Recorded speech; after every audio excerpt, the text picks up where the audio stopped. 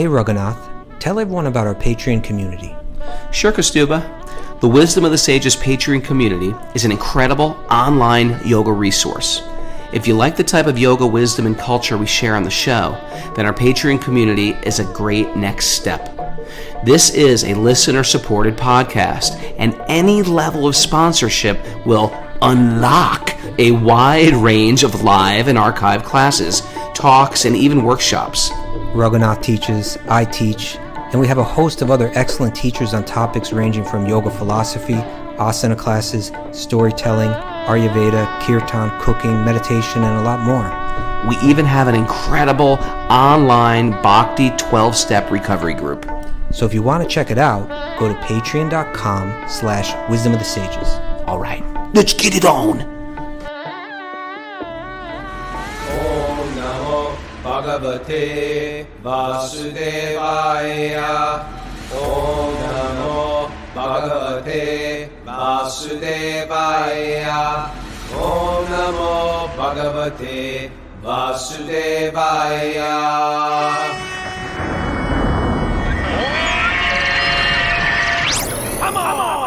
Live from London, England, this is Wisdom of the Sages, a daily yoga podcast with your host, Raghunath, and co-host and senior educator at the Bhakti Center in New York, Kaustubha. Welcome to the show, and welcome to London, people. We made it to London. Congratulations. Our world tour. Oh, this is great. We're excited, and I'm here, excited. I'm going first, and then Kaustubha's coming at the end after Christmas. We're recording classes for Raghunath Swami's new website that they're launching. That's not exactly what it is. It's not No, it's Raghunath not. What do Swami's we new do? website. What is it? It's a platform. I don't even know why I'm here. It's an educational platform, like an online yogic, bhakti-related educational platform that Raghunath Swami will be featured on, but he also wanted people like you featured on it. So it'll be a kind of place you can go to hear classes and stuff.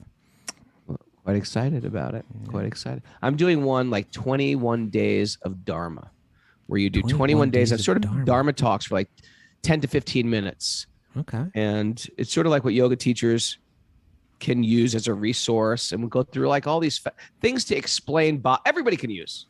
Everybody on Zoom could use them to try to, at the dinner table over a family Thanksgiving or over a family holiday, you can say, Mom, or, sister, what do you think about this? And, instead of being all fanatical and nuts like I was when I was a brahmachari, you can enter the conversation in a real balanced way where they think, my kid hasn't been brainwashed. They're quite intuitive and insightful. That's the course I'm giving. And I'm giving some yoga courses too. So anyway, we just got here today. We were up till got about 3 hours of sleep. We were up all night with Satchidananda Maharaj is so wonderful. We had such a great time with him and Banu and Dini. And now we're doing London. Excited here for the next 10 days or so. Oh, good. Where in London are you staying? Like what neighborhood? I don't even know. You see, I knew it. I don't even know. Yeah, I just got in the car, dumped me off. They fed me some good Gujarati food, and Wrapped now you I'm up doing in the a show. show. Yeah. And I wrapped this show. Check out this beautiful scarf I just got. Anyway, you can't What see is it. it? Is bananas on it? What is it? No, it's not bananas. It's just cows. It's yellow cows. Oh, nice. Okay. I don't wear banana scarves. That'll All right. match your yellow sweatshirt that you wear, Raghunath. Yeah, it will. Hey, everybody, welcome to the show. This show is sponsored today by BabaWellness.com. 20% of all their products, immune building strength. We're not sponsored by anyone. I know we're not. We should be clear about that. You shouldn't even joke. When I grew up, they always had shows that said, we are brought to you by Ivory Soap. We were not brought to, okay, they didn't bring us here. They're not giving us cash. But we wanted to just say, I wanted to make it sound a little more professional. You chop me down. Today's show was brought to you by BabaWellness.com. 20% off WOTS with 108. WOTS 108 for the coupon code. We just like to support cool devotee businesses. Okay. Right? Yeah. There you go. Okay. That's our dead air. Anything else you want to? Anybody else you want to plug before we start? No, I'm ready to go. I have Okay. some announcements I can make. My mom's nuts.com. Go ahead.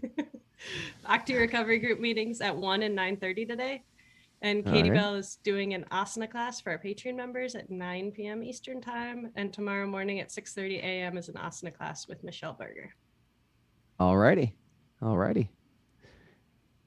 All right. Let's dive into some nuggets before we get crazy because we're in England. Big news is happening in England, Kaustubha. Check going out on? this nug. Okay. Here's the headlines in the latest news. It's blowing everybody in England away. Octopuses, crabs, and lobsters will be recognized as, quote, sentient beings in UK after a review concluded they feel pain and distress. Okay. Sentient beings. Octopuses, What crabs, are and you lobsters. reading from? I'm reading from a website called Business Insider. Okay. Okay. The UK government announced Friday that decapods, what's that, 10-legged animals? Decapod? Yeah, I think so. Yeah, because we're bipods.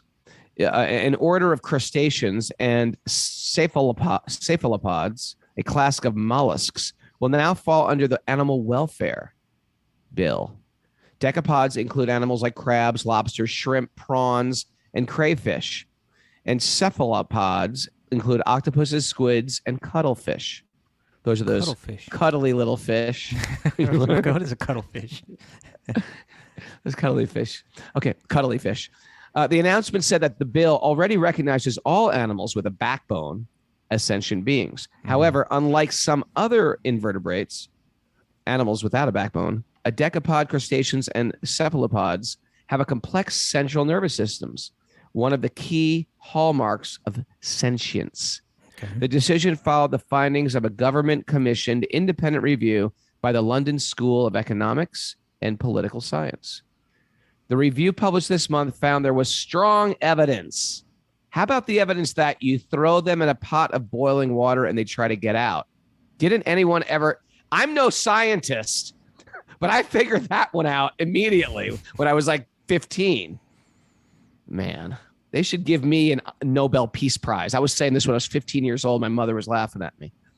The review published this month found there's strong evidence that such animals are sentient, which the review defines as having the capacity to have feelings, such as feelings of pain, pleasure, hunger, thirst, warmth, joy, comfort, and excitement.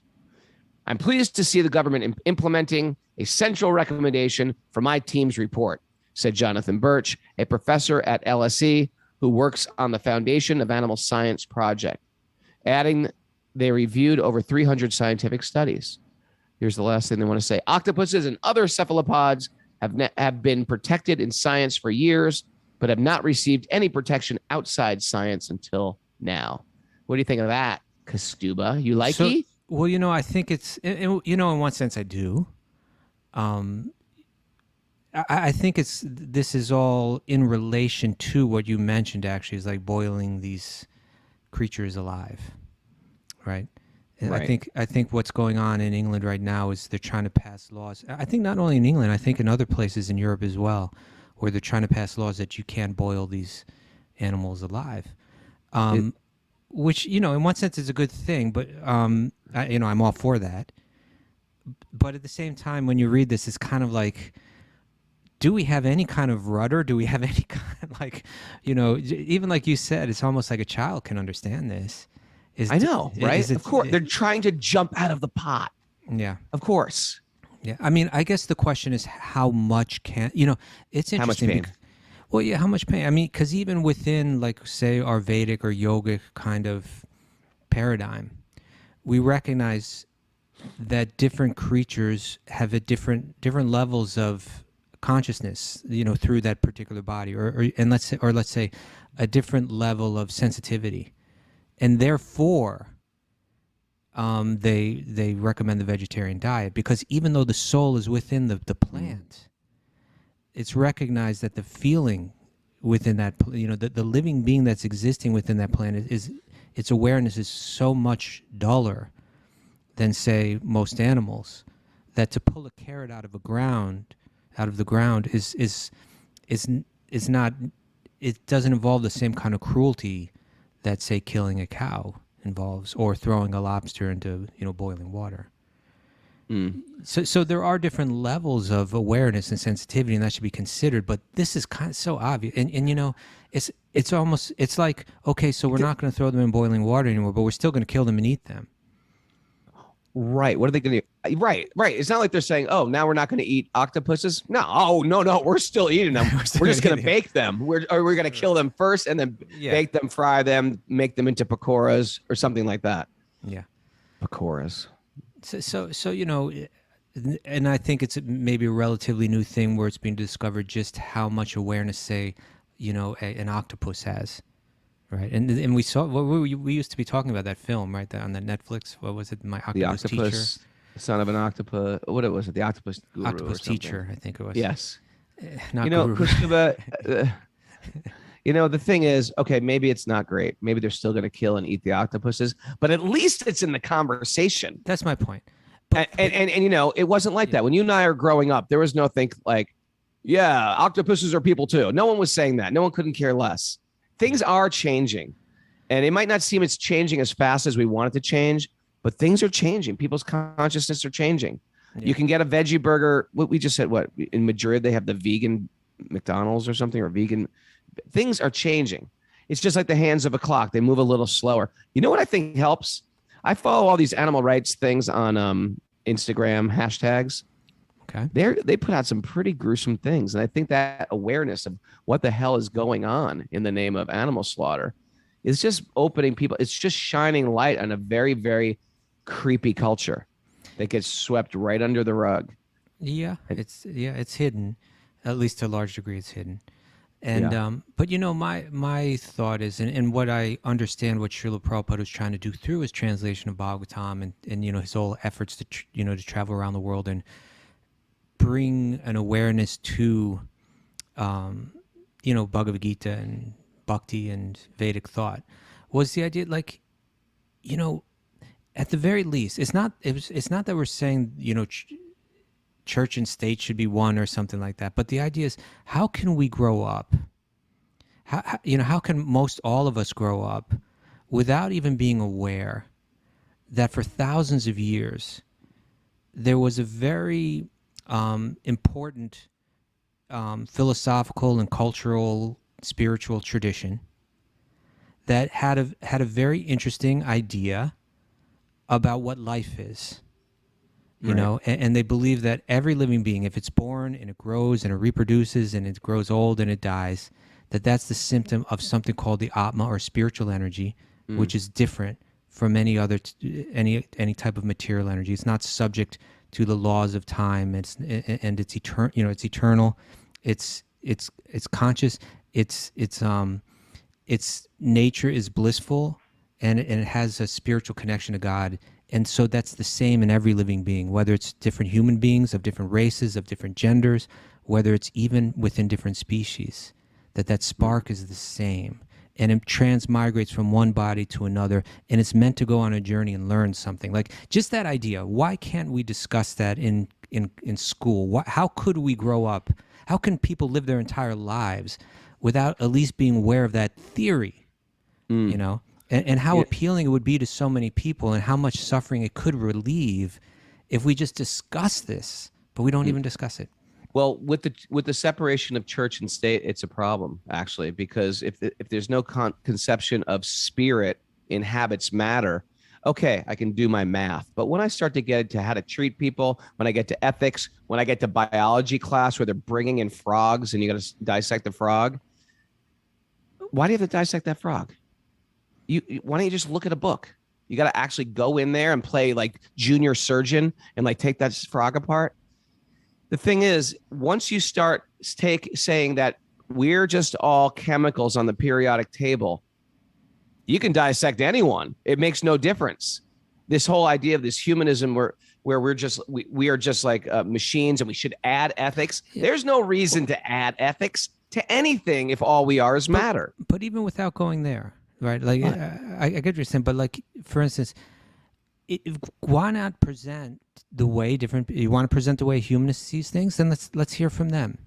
But let's in other words, it's not church and state to say, let's understand what religious people believe or what spiritual people believe. Let's study it. Let's see what they think. And let's present to everyone, a series of different ways that people think. You know what? That's a good idea. Yeah. Do we have to do everything, Kaustubha, you and me? Do we have to reinvent the world for everybody? I know, right?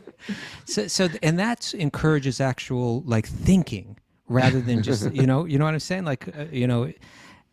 And I just think it's not nearly, I know I certainly didn't grow up with it, No way. I was into dissecting frogs. I was a fisherman. I fished. And you know what? The fish would swallow the hooks, and my good friend would say, "Oh, don't worry. They don't feel any pain. Just yank it out." Isn't that horrible? I got some karma coming to me, Kaustubha. I've got some pain in my next life or this life that I'm completely due for all the fish I gave harm to. But that's just an example of how we rationalize things, right? There's no evidence. As a matter of fact, there's so much evidence just by your observation that obviously the fish is in tremendous pain. Tremendous pain, tremendous trauma. It's fearing for his life. Why do you think he's trying to get the hell out of your hand? Exactly. and you just he loves your hand? Yeah. So the children should be discussing this. Teachers should be discussing this. We should really, what's more important to understand than what is life? Who are we? What are we doing here? We don't discuss these things. We haven't elevated the importance of these discussions in our communities. It's a shame. I think England's always been ahead of the game, ahead of the ball with animal rights. They have the longest standing vegan community anywhere in the world, I think. Yeah, British people, they get into they're into those protests and that kind of thing. Are they? Yeah. Oh, well, you just know from the punk scene. Well, it's not just the punk scene though, and what you're saying is an example of it. I believe that's why there is so much vegetarianism and veganism in England. I mean, maybe it also has to do with the Indian influence. I never thought of that. A lot of Indians. Yeah. In England. Yeah. All right, let's take this to the Srimad Bhagavatam. Okay, let's do that. That was a good nug, wasn't it, Mara? Was, yeah. Yeah. All right. Mara, tell us where we are. We are on Canto 3, Chapter 29, Text 9. Text 9. Remember, we have a 600 episode coming up. We're doing creepy stories of reincarnation. We're not getting any, though. We're not getting any? If you don't send them in, I'm just going to make them up. It's going to be Raghunath making up crazy stories about kids saying crazy things. Although me and Mara know a real secret one, but we have to get okayed first. Okay. Serious. We know some. Well, we might have to build the entire show around it because we're not getting it. Maybe that's just the whole show. Yeah. We'll bring the kid on. Tell us about your previous life. I'm sorry. What chapter is it? Chapter 29, Text 9. 29. Okay, I'm sorry, Mary. I wasn't listening. I was thinking about a joke to say. Text 9. All right. To chant the mantras. Narayanam namaskrityam naram chaiva narottamam vedyam saraswatim vyasam tato jayam mudirayat. Before reciting the Srimad Bhagavatam, which is our very means of conquest, one should offer respectful obeisances to the Supreme Lord, Narayan. Unto Narayana Rishi, the supermost human being, unto Mother Saraswati, the goddess of learning, and to Srila Vyasadeva, the author. Nasta prayesha bhadreshu nityam bhagavat sevaya bhagavati uttama shloke bhaktir bhavati naishtaki. By regular attendance in classes of the Bhagavatam and by rendering service to the pure devotees, all that is troublesome to the heart will become eradicated. In loving service to the Supreme Lord, who is praised with transcendental songs, will be established as an irrevocable fact. Om Agyanatimarandasya Gyananjana Shalakaya Chaksurun Militam Yena Tasmai Shri Gurave Namaha. I was born in the darkness of ignorance. My teachers are opening my eyes with the torchlight of knowledge. I offer my respectful obeisances at their lotus feet. Woo! Yeah. All right, text 9. Yeah, why don't we just go right back to text 8, actually, because there's kind of these three texts go together. These we're building, right? Yeah, Lord Kapila is now describing that there are practices of bhakti yoga, and this is something we should discuss today a bit. There are practices within bhakti yoga that someone may be performing. Someone may have the faith of a bhakti yogi, but they may still have other motivations blended into the reason why they do those practices. And those come in 3 different categories. according to the gunas. They come in the mode of ignorance, the mode of darkness. They come in the mode of passion, and they come in the mode of goodness. And so in texts 8, 9, and 10, Kapil Dev is going to describe what it is when bhakti practices are mixed with these motives. And then in text 11 and 12, he's going to describe what bhakti is like when it's performed without any ulterior motive, or when it's what we call pure bhakti. It's very interesting, isn't it? Mm-hmm. Okay, text 8. Devotional service, bhakti, executed by a person who is envious, proud, violent, angry. Is anybody going, check? Okay. And who is a separatist. A separatist is considered to be in the mode of darkness. Yeah. What you clarify what separatist meant? What do you think? I believe what Srila Prabhupada is referring to here is that a separatist means that my motive is separate from the divine motive. You know, in other words, I have my own independent ideas of what I want. It's kind of like, again, if God were like the root and the leaf, each leaf, was like an individual jiva or soul. And if a leaf said, you know what, I'm supposed to be playing into this whole thing where I take in light and send the chlorophyll or whatever over to the rest of the plant. Enough of this. I want my own life. I'm going to separate myself from the root. I'm going to separate myself from the tree, and I want to find my own life. That's what it means to be separatists. So like when we no longer feel an importance of our connection with God and through God with every other living being, we have our own concerns. We don't see our concerns as related to the broader concerns. Then you're a separatist. Okay.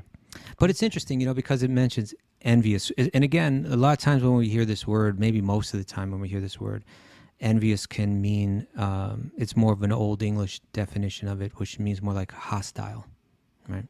Envious. You want what someone else has. Well, I mean, that's more the modern definition is like strictly that, right? But really? It can also just mean like a sort of hostility towards another.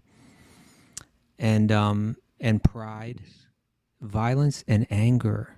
That this is, I'm performing, but, and someone's saying, well, that person's a Bhakti-yogi. Well, they seem really angry. And don't we know people like this that are just like, they're full of anger. And like, and they use, like their Bhakti background and lifestyle and interests have become a vehicle to express their anger. Right. Right. Right. That we're having I'm having flashbacks to the last episode we did when we were going over this verse. Yeah. We see that all the time, that people bring in instead of saying, okay, bhakti yoga, there's a path of purifying my heart, etc. They're bringing in their bad qualities to sacred circles. Yeah. And because of it, it keeps a very low ceiling on us. We have to really notice what our bad qualities are. I mean, I can say for myself, I had a whole big bag full that I sort of had to dump out and look at and like, is this going to work in bhakti anymore? Or do I have to get rid of it? I mean, I loved criticizing people. I loved it. It was fun. It was fun. I was funny. It was rude. And it was sort of like, it could make other people laugh. And I got to a point of self-loathing from that behavior because it's not good to criticize people. It hurts people's feelings. And it was, I had to let go of that. I knew if I wanted to be, that's why for me, it was very helpful to walk away from my community to get into bhakti. I mean, some people do that with drugs and alcohol too. They say, you know what? I just need to separate myself from people who are going to party because it triggers me in a way. So for me, I had to walk and I had to reinvent my language. And then with all the other bhakti things, all my other I had to reinvent my thoughts. I reinvent the way I speak or treat people. And, the hardcore scene was a little tough and had a little attitude. I had to like rethink that as well, and I'm a guy who I'm a little aggressive, I like to wrestle with people, and, I sort of like fighting in a way, I mean, I was a martial artist, fighting's fun, but I had to start to have a relationship with that and do martial arts as an art instead of just yes, what I'm talking about. So the idea is that there's some things we shouldn't bring into our sacred circle of bhakti. Some things we have to check at the door and never let them back in because they're not going to help us with what we want. If we bring them in, then that's it. We just stay in this box. And people wonder why I met this guy practicing bhakti for 25 years and I can't believe what comes out of his mouth.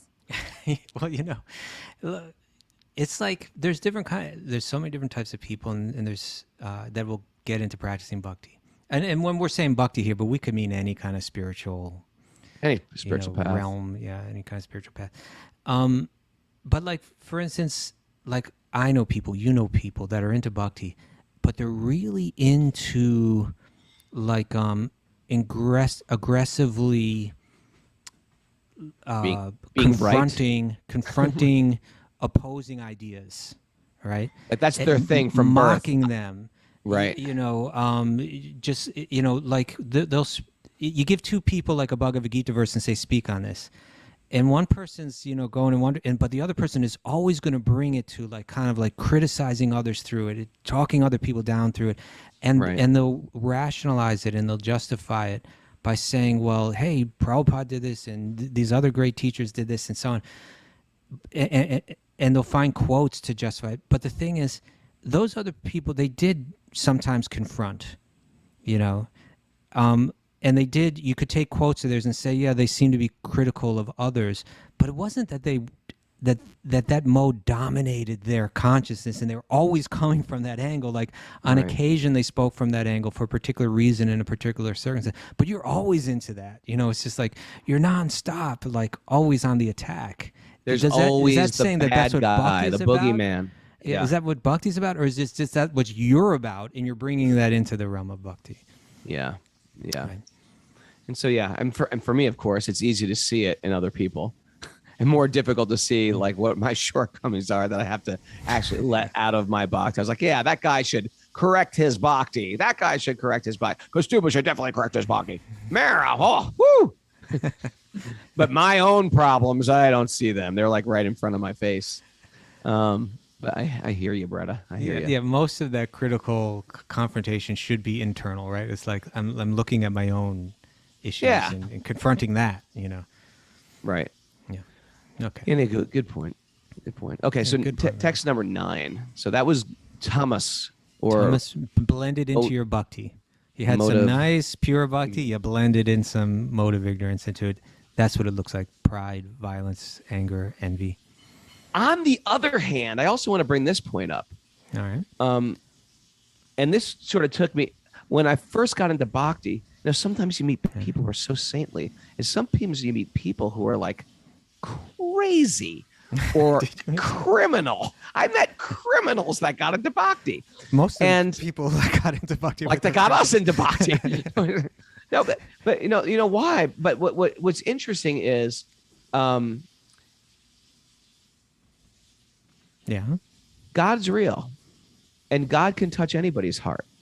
It's not just like a person has been hard-hearted or had some intense trauma, and because of that they're like this now. But it doesn't disqualify them from God touching their heart. So it makes you like also broaden your mind of what. Yeah, I For got me, you. like, you know what I mean? Of what God in other can words, do. in It other words, doesn't disqualify them Yeah. from wanting to approach God. They just have to work on all these other things that have come with them. It doesn't mean that their activities may be right or they're justified, but there is let's say a person that's come to bhakti in a more shallow way. They're expecting everybody that practices this should be a saint. Right. It's not realistic, right? It's not even understanding exactly how all this works.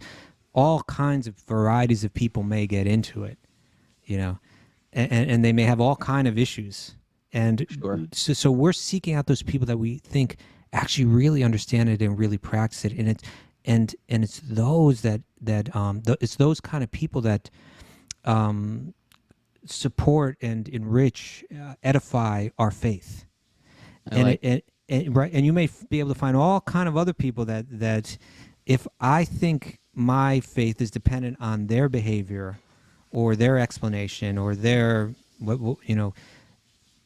then you're always going to find someone that It's the monster truck. It's the monster truck analogy. Oh. You know that one? The No, I don't think monster so. truck is climbing through the dirt. It's covered in mud. The rims, the panels, the doors, everything's covered in mud. As opposed to, say, Kaustubha's car. He doesn't have a car, but imagine Kaustubha's car. It's very clean. It's organized, nothing on the floor. right? The dashboard's wiped out, but he still brings it in to get cleaned. You ever meet people like that? They got a clean car, but they bring it in to get clean. So Kaustubha's car. What are you trying to say about me? I'm saying you're clean. You're organized. You're neat. You are a neat freak, but not in a freaky way, in a wonderful way. Okay. Okay. I don't think I am. But it's my wife. You don't think you are, but that's because you're already neat, and you even okay. But anyway, the monster truck has to get clean too. It just takes a little longer. It takes a power washer. Sometimes it takes days to clean that thing. So sometimes people are coming into bhakti. It may take lifetimes. And people have been practicing perhaps for lifetimes, and therefore things are in a row. And this also brings us to the next question. We're all getting into bhakti, wherever we're at. We're getting into bhakti. We have to be very select. It's not like you have a robe, now you're my buddy. We have to be very careful who inspires us in bhakti and keep them close. And if I have a proclivity to finding fault in other people, and then I pick another person in bhakti that finds fault with other people, that's a problem. That's just going to keep me in my dirty bathtub. I need people who are going to help me get cleaner. I want to associate with people. When I get around them, I feel lighter. I feel higher. I feel cleaner. I want those people. You have to hand select those you want in your life in the community, and hand select those, especially who you want as your teachers. Because when we're teachers, when we're students, rather, we open ourselves up and we imbibe what that person's giving us. And it's we got to be very careful because we take on the mood of the teacher. It's almost like let's say dieters, for instance. All right, Divers, dieters. Oh, dieters. People on a diet.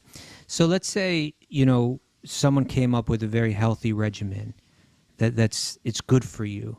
Here's a healthy diet and a healthy set of exercises and so on. And if you follow this, your body will be healthy and so on. And then you came, different people subscribe to that idea. They like that idea. They identified with that idea. But they didn't always follow it well, or they were so unhealthy to begin with that it would take a long time for it to really transform them. And then you brought a whole caseload of cases, like I got a book here with 100 people that subscribe to your idea of health, but look, none of them are healthy. Right. I can point out in so many ways where they're unhealthy. Well, it doesn't mean that this isn't a healthy regimen. It just means that certain people are applying it better than others, and certain people it's going to take longer for it to work on, Yeah. And so you can bring me a caseload of cases of people that identify as bhakti yogis that may have all kind of flaws or character flaws, or so on. That doesn't affect my faith in the practice of bhakti because I know people that have applied it well, and I've applied it in my own life, and I felt the benefits of it. So why allow my own conviction to be altered by other? And so I think even we read, it was in the commentary to this text number 8 where Srila Prabhupada was saying that you should avoid one. What was it? Let me pull it up. Pull it up. Let me see if I got it here. He said something about avoiding to act in the direction. Avoiding. Avoiding. What is pure? Okay, here, I think it was here at the end. A Vaishnava is one who has taken the Supreme Personality of God as the ultimate goal of life. But if one is, so like that's people that say like, I buy into the health regimen, right? But if one is not pure and still has motives, then they're not a Vaishnava of the first order of good character. One may offer their respects to such a Vaishnava because they have accepted the Supreme Lord as the ultimate goal of life. But one should not keep company with a Vaishnava who's in the mode of ignorance. Right? Or they're going to drag us down, right? If they're full of anger, if they're full of bitterness. Are you gonna still hang out with me? That's not you, Raghu. Come on. I'm a little bit ignorant, a little bit mode of ignorance. You should, like, if you go in my car, it's a mess. That's not what we're talking about here. Here it's talking about that's part of mode of ignorance, isn't it? Well, you're not angry and violent and proud and so on, like we were hearing about this. Envious. That's not you, Raghu. Let's go on. Okay. Let's move on. Now you've turned into NPR Raghunath all of a sudden. Yes, okay. Let's go on to text number 9. All right, text 9. The worship of the deities in the temple by a separatist with a another kind of motive. separatist, Another yeah. separatist. Worshiping the deities as a separatist. Mhm. With a motive for material enjoyment, fame, opulence is devotion in the mode of passion. Okay. I understand that. Like, hey, I want to lead a kirtan. You know why? Because it's cool, right? Or I want to be the pujari when all the people are singing to the deity and I'm up there with the deity. You know, there is, isn't it amazing how pride can sneak in anywhere? I would be the first, when I was living in an ashram, I loved to wake up super early, but I could tell it was like mixed with the type of pride. My body type doesn't need a lot of sleep. I like cold showers. And for me to get up before everybody, it was like, yeah, come on, you guys. What's your problem? It wasn't you know what I mean? The pride is so prevalent. You can even be proud to be, I'm the most renounced, right? If that's my motive, it's not bhakti. It's materialism. If I'm leading that kirtan because I want everybody to check out my great voice and check out my great melody, it's not bhakti. It's materialism. It's me and my big fat ego again. And I think even what you're describing is even a little bit more subtle because there are more obvious ways that this is done too. In other words, you know, there's that example that Raghunath Swami wrote about in The Journey Home, where he was kind of new in India and just kind of moving around and seeing things, you know? Yeah. And he saw some man doing some kind of puja. I think it was to Ganesh, if I remember correctly. Mm-hmm. And he's watching the person externally, and he's so impressed. You know, the person is clean the whole area, and you know they've gathered flowers and these different, and they seem to be with such emotion, like making doing this ritual offering, and it strikes him as very beautiful and sincere. You know, right. And then when the person was, you know, he didn't interrupt the person, and then when the person was done, Radha Swami asked, you know, like, that was really beautiful what you've just done. Could you explain it to me? It's like what your motive is and your intention and what's behind this. Right. And then the person just kind of like said, well, you know, I do this because I want more money. And, you know, I want a better, you know, it was just like, there were very mundane reasons. And right. Quite frankly, you know, like Hinduism, this is a large part of it. It's taught in the Vedas, you know, that like if you want, you know, health, you worship this god or this goddess. You know, if you want wealth, you know, you worship in this way. You know, like practically in every little shop in India, you know, like there's a little altar, you know, and people, sure.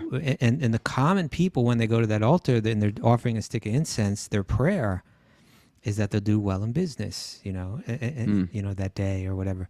So people may look at that and call that bhakti because externally it seems to be an offering of devotion. I have Ganesh Bhakti. But really what it is bhakti means love. It means devotion. So at best, this is devotion that's got a lot of materialism blended into it, right? And so that's, the mode of ignorance is just destructive.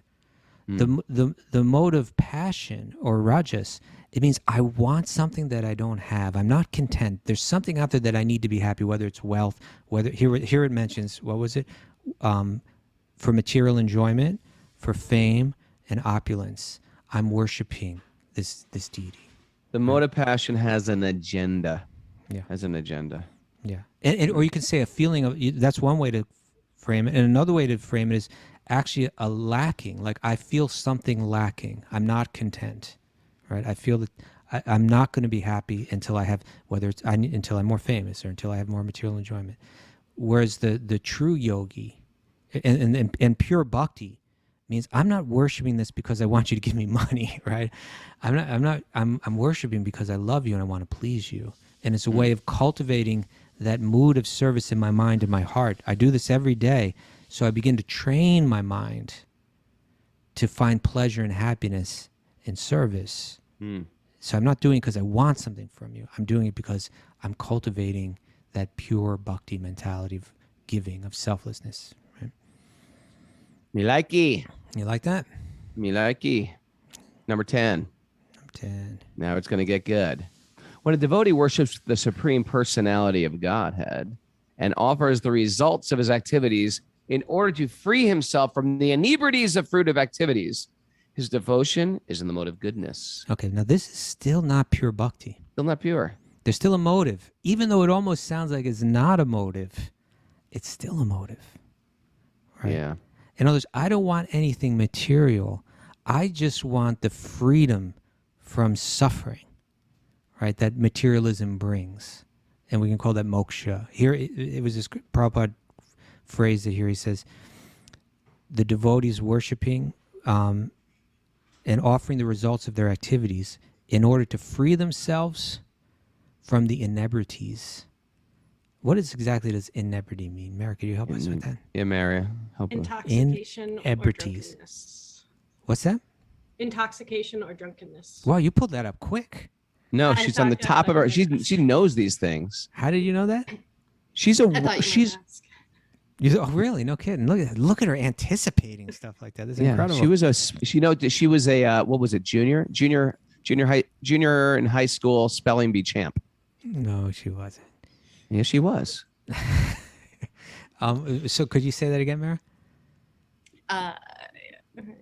Drunkenness, especially habitual or intoxication. Interesting. So we're trying to free oneself from the inebrities. Are there more definitions for it? Because it seems like it would be implying something like the problems that come from fruitive activities.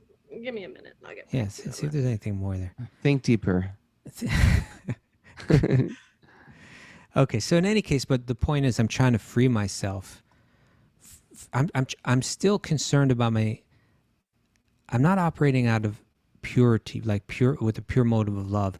I'm trying to get somewhere where I'm not. And so this is really, I believe, really what's being described here is that quest for liberation. And now, when Rupa Goswami, he defines what he calls uttama bhakti or pure bhakti, right? As anabi lashita shunyam jnana karma jnanavritam. So karma, it means free from karma and jnana. Karma was like what we're just reading about. I'm worshiping because I want the things of this world. And in this sense, jnana, the motive behind jnana, jnana literally means knowledge, but it means through my knowledge, I see the futility of materialistic endeavor as a source of happiness. So with that knowledge, my desire becomes freedom from the entanglements of this world, and I just want peace. And that's still not pure bhakti. It's still like what I just want to get the hell out of here. Right? It's like let's take the analogy of like children with their parents. Let's say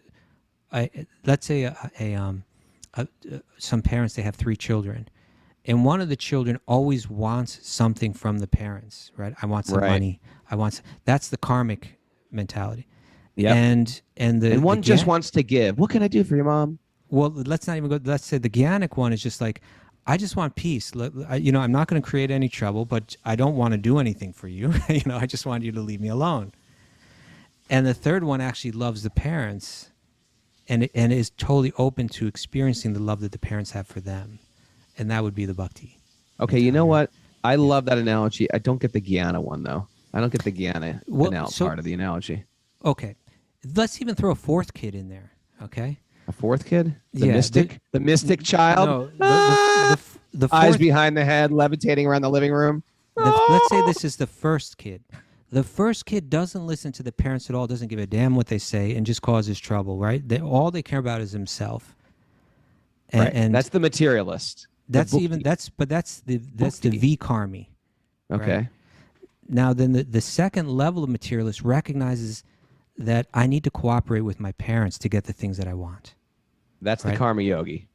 Well, I yeah, you will can say karma wash yogi the or dishes. karmi. It's a karmi. I will right? wash the dishes. Yeah. No, because it's a karma yogi. Well, because they're there's accepting there's a source. Well, that they're there's gonna two get kinds something from. There's 2 kinds of karma yoga. There's nishkama and sakama.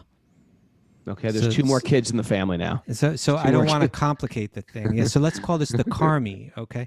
That they do their things around the house, like you're saying, wash the dishes, whatever it may be, but they do it with a motive. They want to get something for it, right? So they're actually cooperating with the parents, but it's without any real love for the parents. They're not feeling the love that the parents have for them. They're unaware of it. Right. Otherwise, it would satisfy them and move them, but they're not moved by that. They're moved by wanting more allowance or wanting more freedom to do the things that they want to do. So they're cooperating around the home. Now the third person, the third child, they're not creating trouble like the first child, and they're not asking for anything like the second child, but they're not engaged with the parents. They don't even want to see the parents. They just want to be left alone.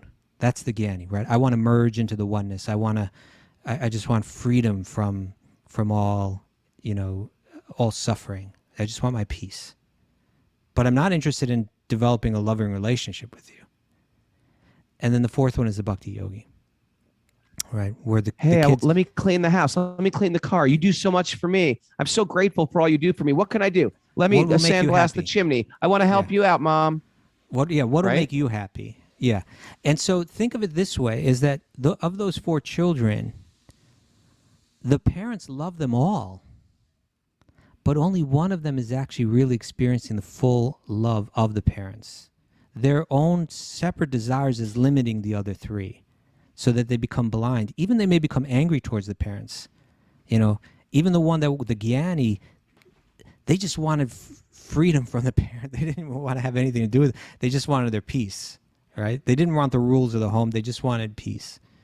Whereas the Bhakti yogi, not only are they feeling, the Bhakti child is not only feeling love for the parent, but they're actually feeling the parent's love, right? Because their own separate desires are no longer interfering with the flow of love that the parents have for them. It was only their own selfishness, their own separatism, right? We're talking about separatism, right? The other three had separate ideas about their existence from their parents. But the Bhakti yogi was like, no, I exist in relation to my parents. I love them. They provided everything for me. And out of love, I feel happy when I see them happy. And if washing the dishes right now is going to make them happy, I'm going to do it because it makes them happy. And I feel happy doing it because it makes them happy. Now I'm gonna get all Raghunath Bhakti on you. Ready? Okay. Whoa. Okay. Like I just madly am in love, and I have so much damn appreciation for Mom and Dad for all they've done for me. They are incredibly deep. They've given me so much. They provided for me. They take me to school. They sit outside at Boy Scouts while I'm going to. They wait for me. They bring me to soccer. You know what? I'm going to do whatever they need. I'm going to think ahead of time what they need just to please them and serve them. Then that kid turns 16, and he's cultivated such type of like care and concern and responsibility. The parents voluntarily say, hey, you want my car? You take the car. I fully trust you. You need some money? No, Mom, I don't need any money. You take some money, right? The parents now are going out of their way without the kid even asking to take care of them. That is Krishna with the Bhakti yogi. He is actually running after us, the Jiva soul. So what do you want? Right? What do you need? Let me get you. Then there's that other mystic kid. We didn't bring him into the analogy yet. The mystic is just getting really tiny, getting really big, making things appear in his hands, driving the parents crazy. That's the mystic yogi. But in one sense, you can put them under the materialist category because ultimately what they want is to enjoy the material energy in some way. Yeah. So that one kind of. So with this analogy, right? With this analogy, let's read this commentary and see how it fits. Okay. All right. Back to the commentaries. This is number 9, right? 10. Okay. All right. This is a good one. The Brahmanas, the Kshatriyas, the Vaishyas, and the Sudras, along with the Brahmacharis, the Grihastas, the Vanaprasthas, and the Sannyasis, are the members of the 8 divisions of Varnas and Ashrams, and they have their respective duties to perform for the satisfaction of the Supreme Personality of Godhead. Okay, so they're describing the social order as it's laid out in the Vedic literature, and basically you can just say these are the rules of the home, right? Like every child has duties around the home. They're saying that the duties of the Brahmana or the Kshatriya, like these are the duties that the parents prescribe that you're meant to do around the home. Okay. When such activities are performed and the results are offered to the Supreme Lord, they are called karmarpanam. Karmarpanam. Karma means your actions, and arpana means you make them an offering. Like that Jagjit and Chitra Singh record, Samarpanam. Is that it? You think so? Arpana, that's what arpana means. Like, like what Krishna says, what would do be that as an offering unto me. I got to ask Sid.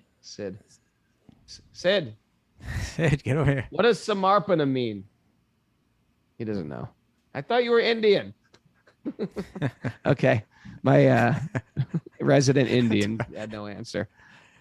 Born in America. That's a problem. You're born in England. Okay. karmarpanam, duties performed for the satisfaction of the Lord. If there is any inebriety or fault, it is inebriety. There he goes again.